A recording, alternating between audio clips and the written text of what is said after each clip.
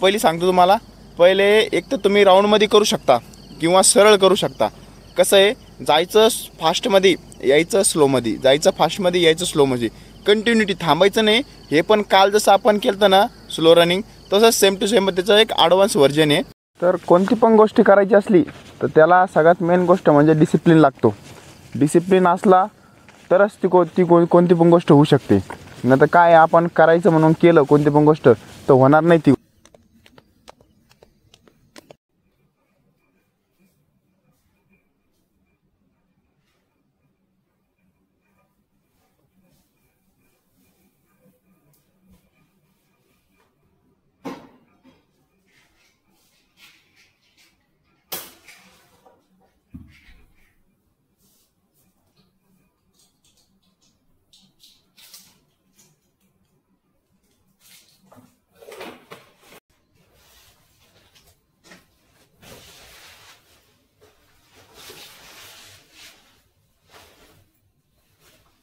Good morning. आज आहे 362 दिवस चॅलेंजचा 297 दिवस आहे. तर चला 5:45 वाजत झाले आता, तर निघू ग्राउंडकडं.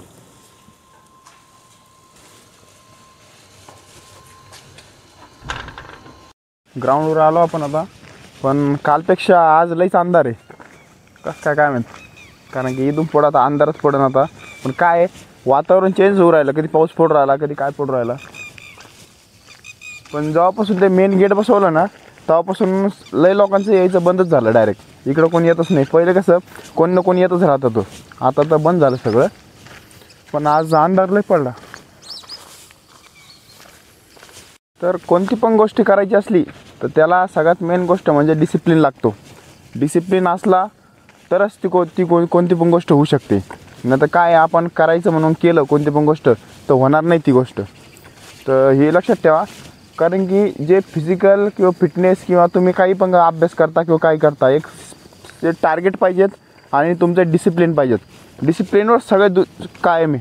कारण की आपण म्हणतो ना एक दिवसाने काय होतं, परत या महिन्यात एखाद दिवस सुट्टी पडल्यावर काय इफेक्ट नाही पडते एक दिवसाने काही, पण पुढच्या महिन्यात परत एक दिवस म्हणजे त्या दिवशी पण नव्हता पडला, या दिवसाने पण का पडणार आहे. असं करता करता करता का हो तुमच्या 12 महिन्यामध्ये 12 सुट्ट्या पडन, 14 सुट्ट्या पडन, 15 सुट्ट्या पण अशा वाढत जाईल सुट्ट्या.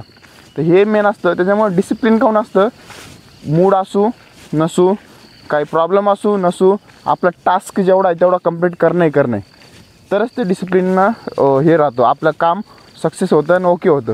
त्याच्यामुळं ही गोष्ट नक्की लक्षात ठेवा. सगळ्यात आपल्या कामामध्ये सगळ्यात मेन गोष्ट डिसिप्लिन आहे. अरे कोणी हलवलं राव,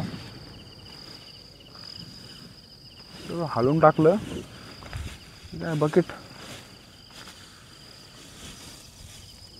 काय ठेवली का ना. हां इथं कामावाली आली असून, हां बरोबर. काय वाळूचं काम चालू आहे, इथंच घेतलं काहीतरी सरकवलं असं, जायला यायला प्रॉब्लेम असं म्हणून पाईप सरकवली असं नाही. काय इथं पण काम करू आले वाटतं. बरं तरी आपल्याला नीट करून ठेवणं लागेल, कारण की वाकडं झालं नाही. आपलं मेन गोष्ट आहे डिप्स मारायला आणि सपाटी मारायला, हे एक नंबर काम आहे. तर काय एक गोष्ट आहे बघा, कोणती पण गोष्ट परमनंट नाही राहणार. पहिली गोष्ट, आपण इथं पण आलो नवीन, आपण पहिले तिकडं सुरुवात केली, मग मध्ये केली ती, मग शेवटी इकडं आलो. आता काही दिवसांनी हे पण राहणार नाही, काहीतरी नवीन चालू करेन काहीतरी. त्याच्यामुळं जो पण आहे आजचा दिवस आहे, आजचा दिवस एन्जॉय करायचा, फुल यूज करायचा आजचे दिवस. उद्याच दिवस बघू काय आहे काय नाही, उद्या कुठं वर्कआउट होतो नाही होतो. पण एक गोष्ट आहे, पावसामुळं तर लई सापून गेलं बघा. हां आत्ता कळालं, हे कट केलं त्यांनी. इकडचा भाग नव्हता, हे बघा तुम्हाला दाखवतो. हे बघा, हे दिसलं का, हे मशीननी कट केलं त्यांनी. पहिले ब्लॉक नव्हते, प्लेन रस्ता होता, प्लेन एक त्याची खासियत माहिती आहे का, सिमेंटाच्या रस्त्याची प्लेनची, जे असं पूर्ण अखंड बनवलं आता तुटायची शक्यता असते. ते त्याच्यात कप्पे केले ते तुटत नाही, तर हे त्याची लाईफ जास्त वाढते. म्हणून म्हणलं बकेट कसं काय यांनी सरकवलं, ते कट करण्यासाठी सरकवलं. तर चला आपण परत आपल्या पोझिशनला आणून ठेवू याला.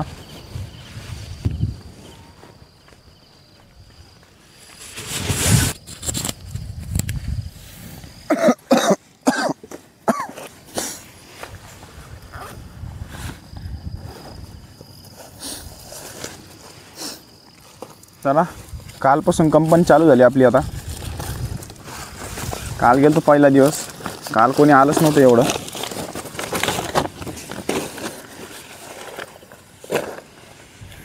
ते म्हणून कट केलं म्हणून हे झालेलं आहे. तर करणचा काल कॉल आलता येणार आहे म्हणे आज, काय दिसला नाही तो अजून.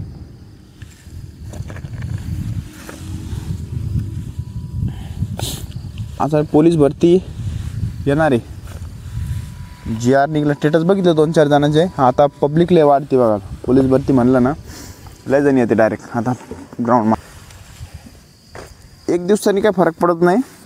तुम्ही प्रॅक्टिस करेल असन, वर्षभर तुम्ही प्रॅक्टिस करेल असन तर 1 महिन्यानी काही फरक पडणार नाही.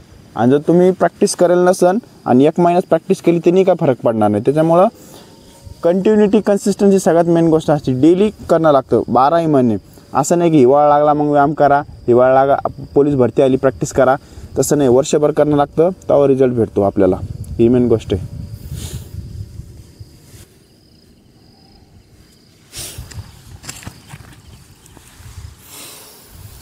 चलो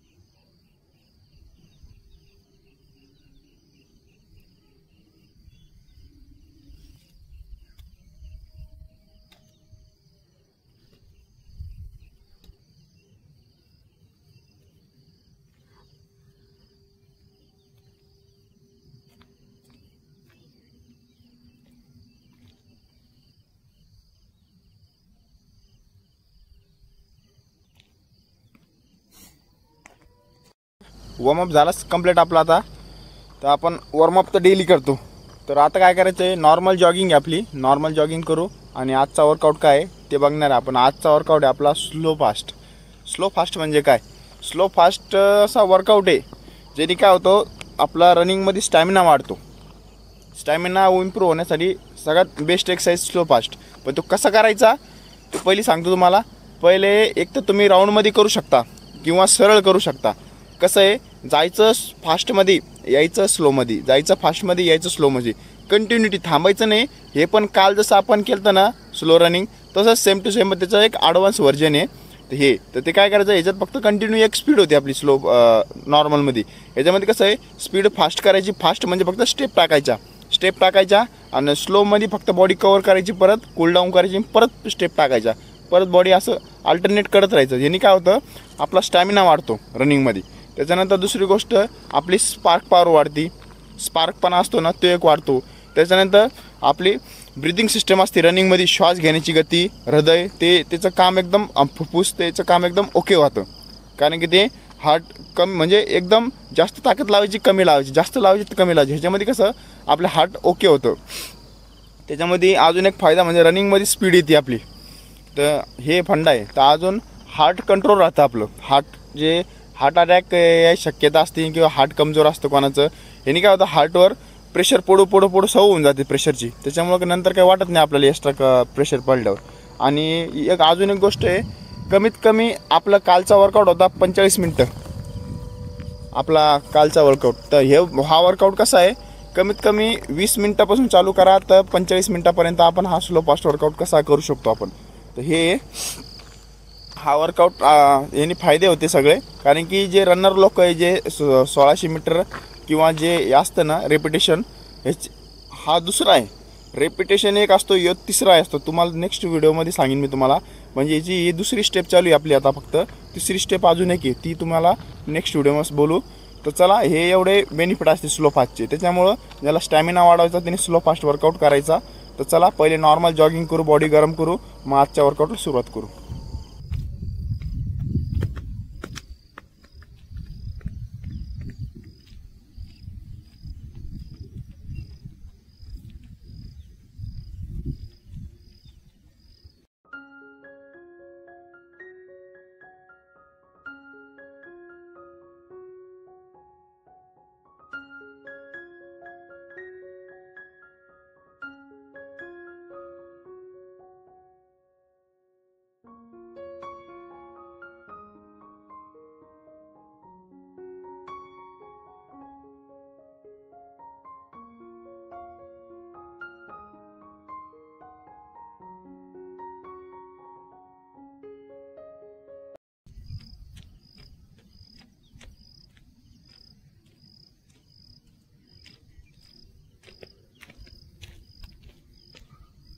तर चला, नॉर्मल जॉगिंग कंप्लीट झाली, आपण बॉडी गरम करून घेतली.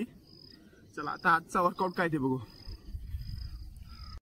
आता काय करायचं आहे, स्लो फास्ट आपण डिसाईड केला तर इकडंच करणं आहे आपल्याला.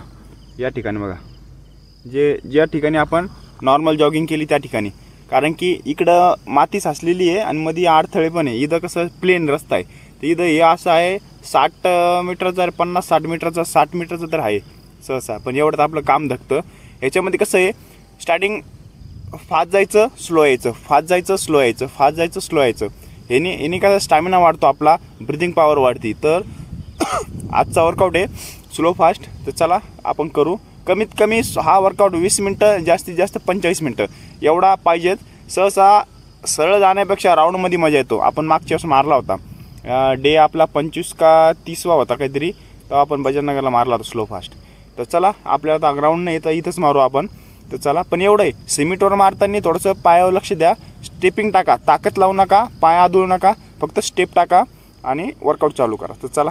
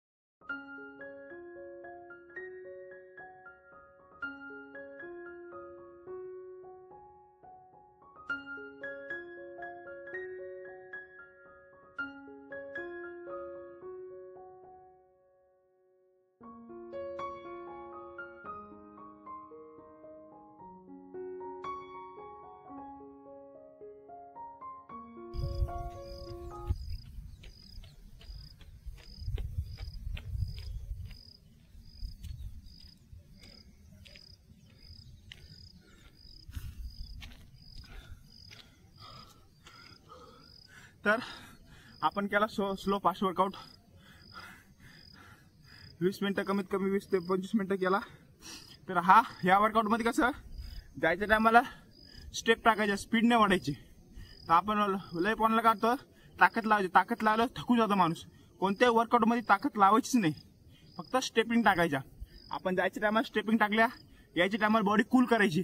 जेवढं तुम्हाला रनिंगमध्ये रिलॅक्स बॉडी करता येईल तेवढं तुम्हाला रनिंगमध्ये बेनिफिट होतो. आपण मॅरेथॉनमध्ये किंवा 1600 मध्ये किंवा पोलीस भरतीमध्ये आपण रनिंगमध्येच बॉडी कव्हर करू शकतो.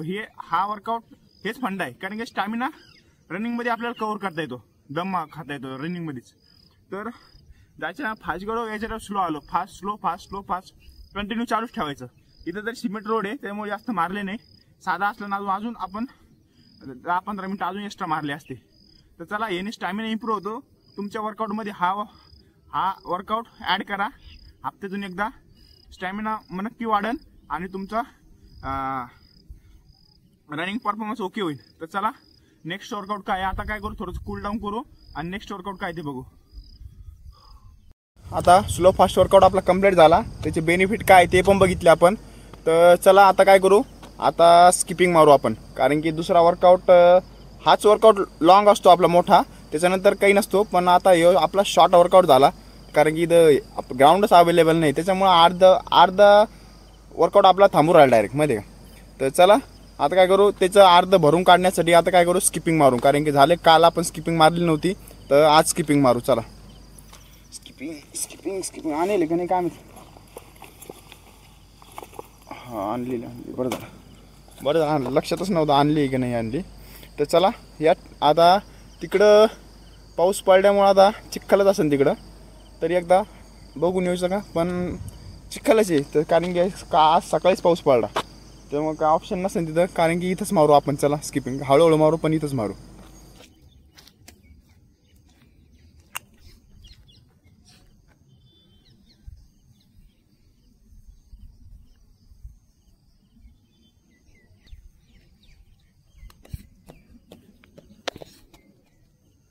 कसं ट्रायल आहे, लवकर जमत नाही सहसा. ते खाली हे असं हा फंडा आहे, यांनी काय बरं खाली गुतू राहिली स्किपिंग.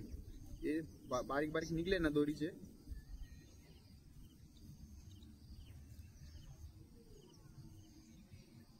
जेवढं काढलं तेवढं निघू राहिलं. कारण स्किपिंग आता सिमेंटच आहे म्हणून ते पकडून धरतं.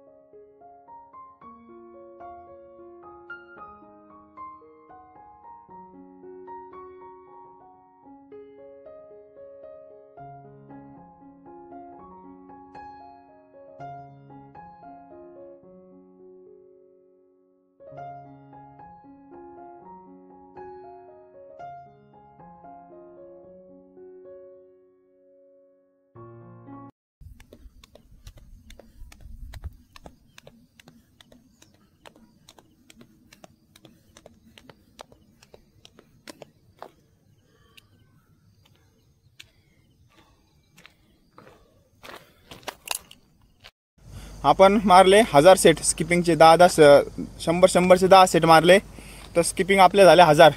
पहिले 1000 मारायला लय मोठं असं फक्त एकच इव्हेंट करायचो आपण, फक्त स्किपिंग 1000.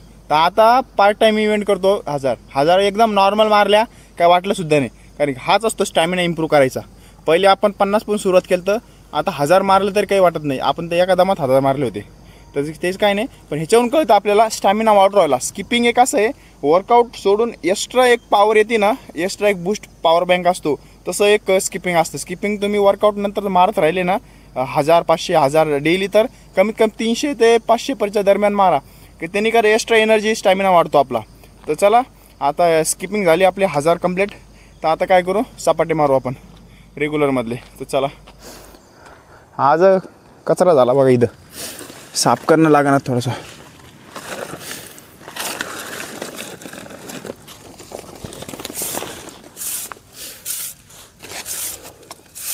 चांगलं असतं, नाही तर त्याच घाणीमध्ये व्यायाम करायचा, वर्कआउट करायचा, ते बरोबर नसतं.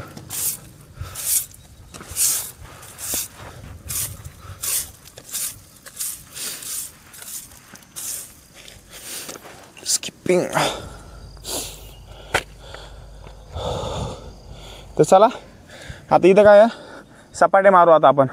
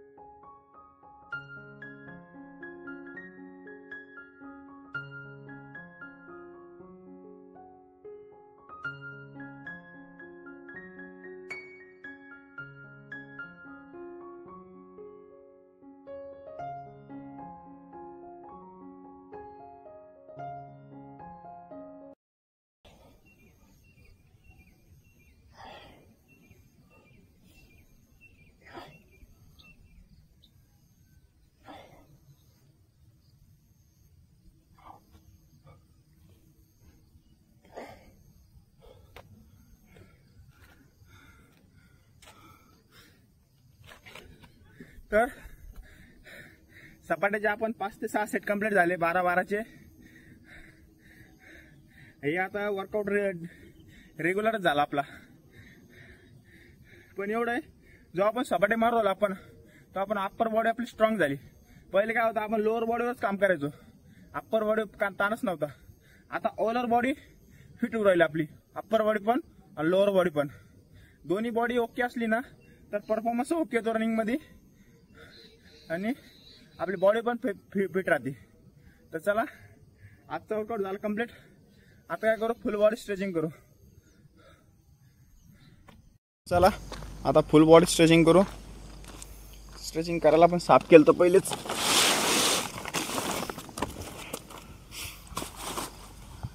घाम झाला रोज.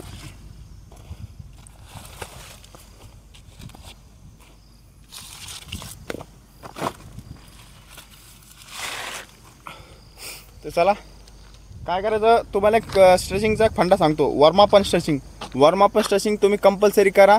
तुम्हाला कोणता इंजुरी किंवा छोटं मोठं पेन जे होत असते ते होणार नाही. तर याने हे लक्षात ठेवा, कधी पण वर्कआउट कमी झाला तर चालेल, पण वॉर्मअप आणि स्ट्रेचिंग कमी झाली नाही पाहिजेत. एकदम प्रॉपर करायची, जेणेकरून तुम्हाला मसल इंजुरी किंवा तुम्हाला रनिंग किंवा वर्कआउट काही करताच तुम्ही तुमचा परफॉर्मन्स कमी नाही होणार, ओके राहतो. तर चला स्ट्रेचिंग करू.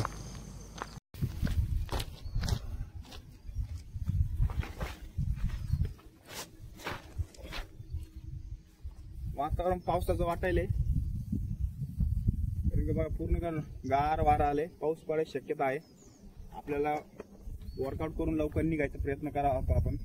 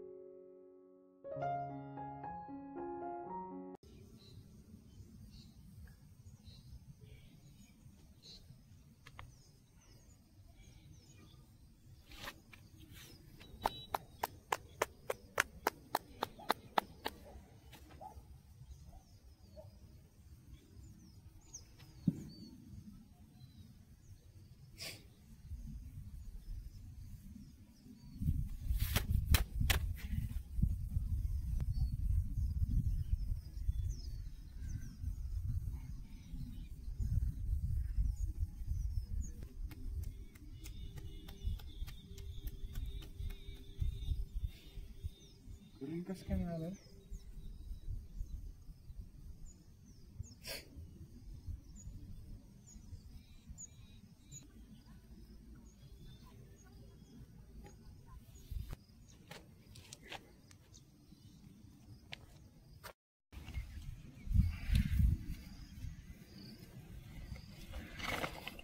तर आज आपण बघितलं स्लो फास्ट वर्कआउट बघितलं. स्लो फास्टने काय बेनिफिट होते काय नाही ते बघितले. तर चला भेटू नेक्स्ट व्हिडिओमध्ये नेक्स्ट चॅलेंज सोबत. बाय.